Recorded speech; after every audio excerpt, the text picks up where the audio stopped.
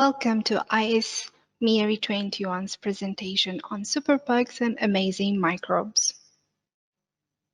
IS MIRRI21 is a European Union-funded project under the Horizon 2020 program. IS MIRRI21 brings together 14 partners and 8 third parties from Europe to collect, study, preserve, and distribute collections of microbes. These activities include the establishment of virtual collaborative work environment, transnational access, and education and training programs, among others.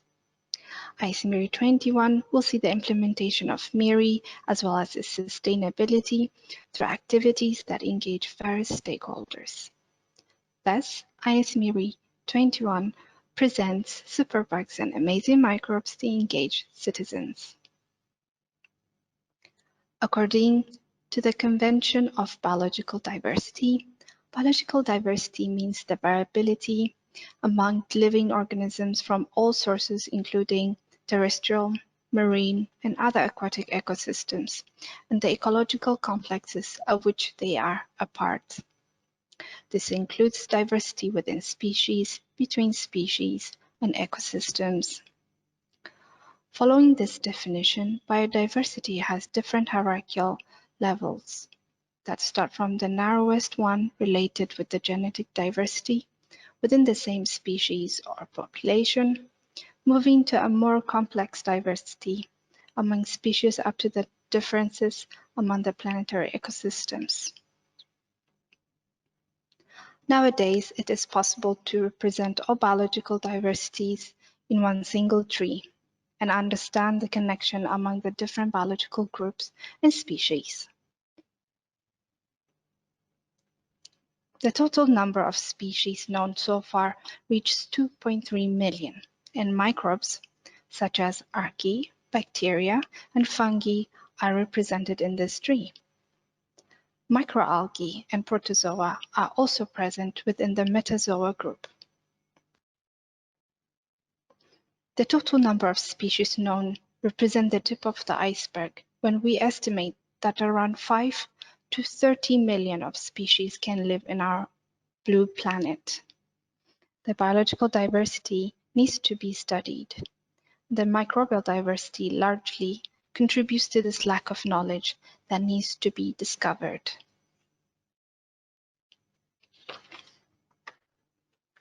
Microbes or microorganisms are living organisms that are in general unseen by the human naked eye.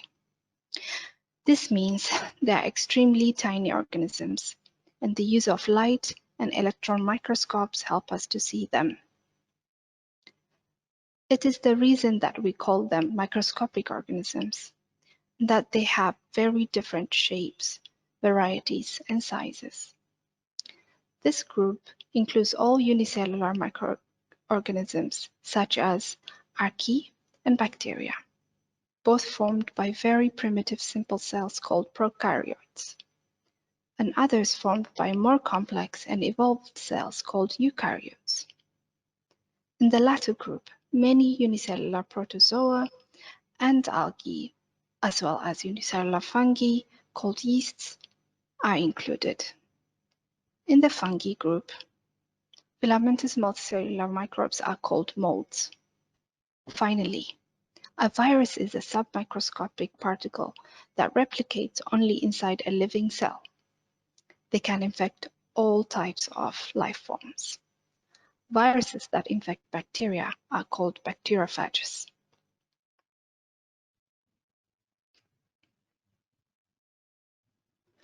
Microbes are very diverse, with different roles in the ecosystem. They can be found everywhere, even in extreme environments such as deep oceans, hot springs, and even glaciers. Currently, it is estimated that Earth has much more bacteria than there are stars in the universe, and bacteria that colonize man are 10 times more than the cells that compose the human body. Man has co-evolved with microbes, and this evidence is now confirmed, since the human genome has around 37% of bacterial origin. This confirms that bacteria are older than man on the Earth, and human genome was able to incorporate these pieces of genetic information. Human relationship with microbes is intense and compulsory, and it is another example of how different microbes interact and colonize the human skin. Different groups of microbes are present in different locales of the body, helping the skin to function. When these commensal microbial populations are disturbed or imbalanced, they can originate health problems due to their absence or overgrowth. Similar situations can occur with the gut microbes inside our body.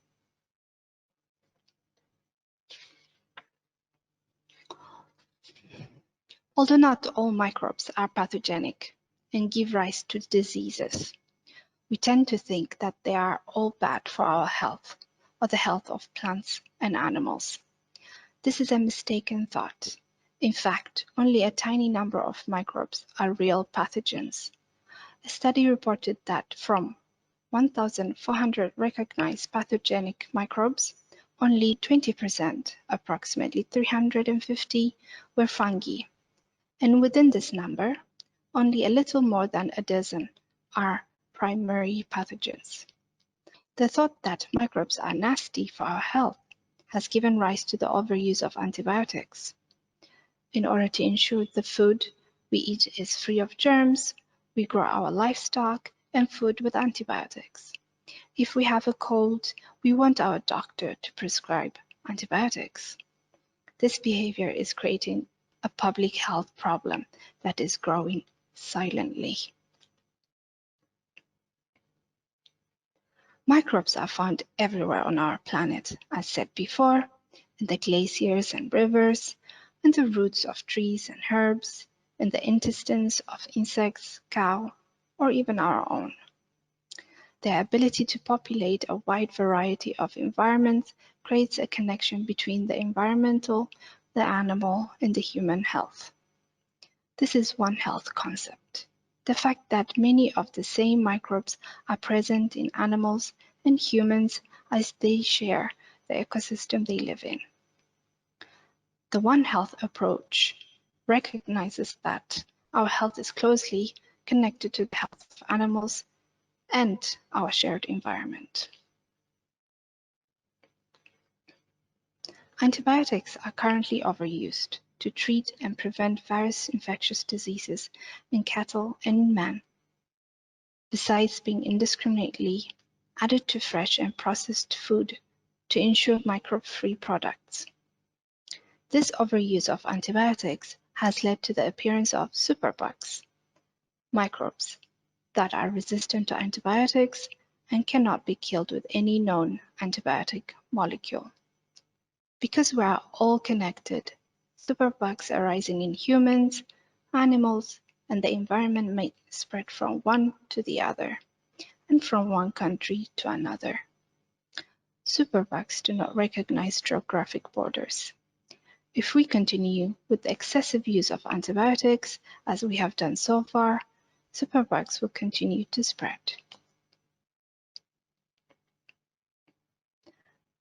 The growing spread of superbugs is becoming an alarming problem.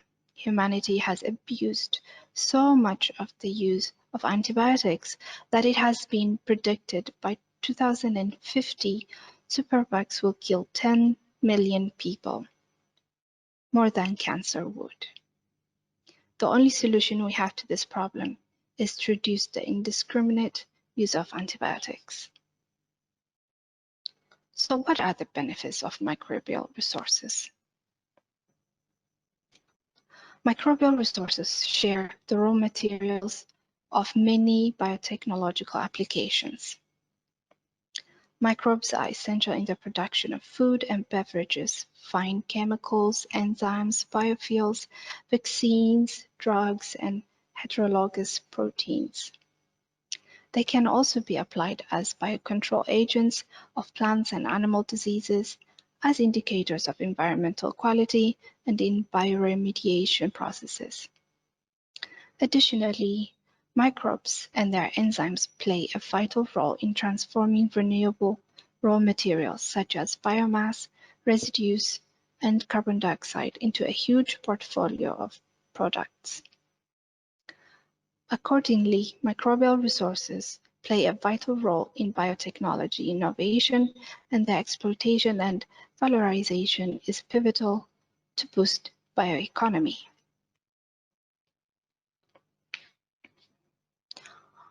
Microbes are the pharmacy of humanity. Penicillin is probably the most known antibiotic. It was discovered by Fleming in 1928. The development of large-scale production was designed during the Second World War. Currently, beta-lactam antibiotics such as penicillin and cephalosporins are the leading anti-infection agent worldwide, with an estimated world market of billions every year. Immunosuppressors such as cyclosporins and other molecules suppress the activity of the immune system and are given after an organ transplant to help prevent organ rejection. Without immunosuppressants, transplants would be impossible. Immunosuppressors are also often used to treat some autoimmune diseases. Statins are also among the most used medicines. They are used to lower LDL cholesterol, with an estimated world market of billions every year. In addition, microbes are essential for our life because they are used to produce anti-cancer, antiviral, antifungal, painkillers, vaccines, insulin to treat diabetes, immunostimulators, and many other molecules. The use of microbial enzymes in various industries is increasing rapidly because of their stability, catalytic activity, and the ease of production and optimization in comparison to plant and animal enzymes. They guarantee reduced processing time, low energy inputs, cost effectiveness, non-toxic, and eco-friendly features. They are currently used for any type of industrial production, such as the pharma sector, dairy and baking sector, for the production of beverages and animal feed, pulp and paper, leather, textile detergents, polymers, cosmetics, organic synthesis, and waste management. The annual turnover is of many billions every year. The enzymes produced by microbes have changed our lives, and we use them every day without realizing it.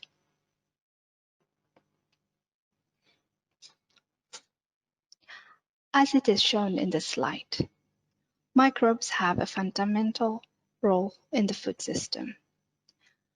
They are involved in activities that are essential in agriculture, such as fertility of soils and protection of animals from diseases, in food production, such as food fermentations, and in the conversion of food waste into new materials that can be used in different industrial sectors. Finally, they are very important in human health, since they colonize our gastrointestinal tract and interact directly with our immune system. Do you know that fermented foods are manufactured by exploiting the metabolic activities of microbes? As a matter of fact, they are able to transform raw materials such as milk to final products such as cheese that are completely different, with different taste, smell, and consistency. Fermented foods are an excellent example of how man has learned to exploit microbes to prolong the shelf life of certain very perishable raw materials, such as fresh meat, through their fermentation. Fermentation is a very ancient process, and its combination with certain technological procedures like drying and salting allows for the production of safer and more stable foods. How else do microbes support humankind? Through the environment. Microbes control the main biogeochemical cycle supporting the existence of all higher trophic life forms. Hence, keeping in mind that marine biomes cover about 70% of Earth's surface, we have to remember that marine phytoplankton perform half of the global photosynthetic process despite amounting to only approximately 1% of global plant biomass. We monitor forest degradation carefully, but on the other hand, we have scanty information on the decrease of global oceanic phytoplankton density. A better knowledge on microbe activities is crucial in fighting anthropogenic climate change. We need to understand better how microbes affect climate change, for example, by producing and consuming carbon dioxide and methane, but we also need to understand how they influence the climate change and other human activities. We already stated how phytoplankton is crucial for carbon sequestration, but marine microbes through their activities also release carbon dioxide. Moreover, microbial biomass and other organic matter are converted into fossil fuel over millions of years. By contrast, burning of fossil fuels quickly releases imbalancing carbon and increases atmospheric carbon dioxide levels.